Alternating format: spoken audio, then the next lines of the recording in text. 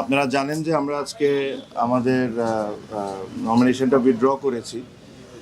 আমি সহ প্রায় 14-15 জনের মতো এই জিনিসটা আমরা উইথড্র করেছি। আর এটা উইথড্র করার রিজনটা খুবই ক্লিয়ার। এখানে আমার কাছে মনে হয় না যে আমাকে খুব ডিটেলসে বা ব্যাখ্যা করে আপনাদেরকে কোনো কিছু বলার আছে।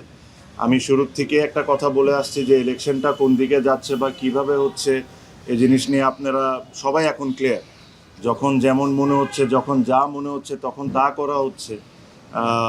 এটা এটা আসলে ইলেকশন না, এটা ইলেকশন না। আর ক্রিকেটের সাথে জিনিসটা কোনো দিক থেকেই মানায় না।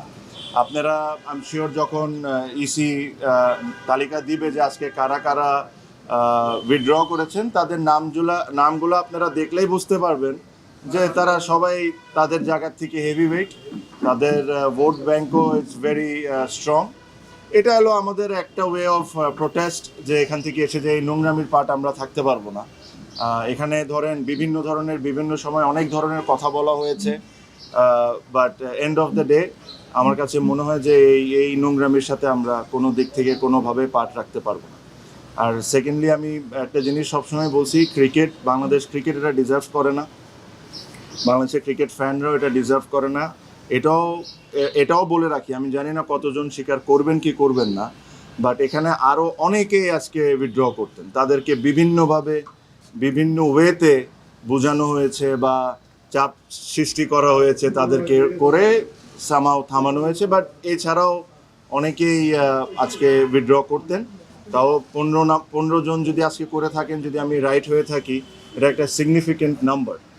অলমোস্ট 50% আপনার উইথড্র করে নিয়েছে।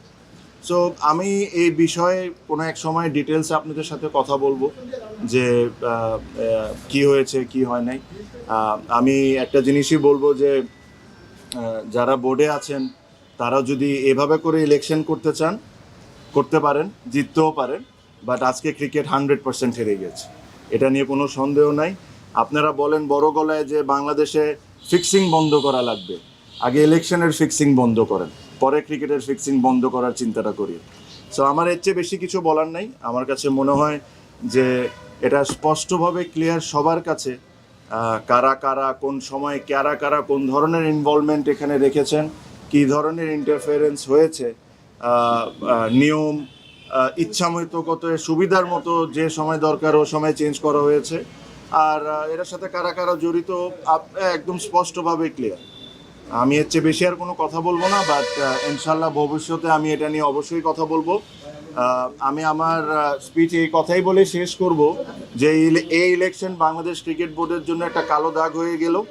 আর এই ইলেকশনের পার্টের সাথে যারা আছে এরা আই এম শিওর তারাও বুঝতে পারেন যে ইলেকশনটা কোনো দিক থেকেই এটা একটা ইলেকশন ছিল না। সো থ্যাংক ইউ আমার তরফ থেকে। আমার এর চেয়ে বেশি আর কোনো মেসেজ দেওয়া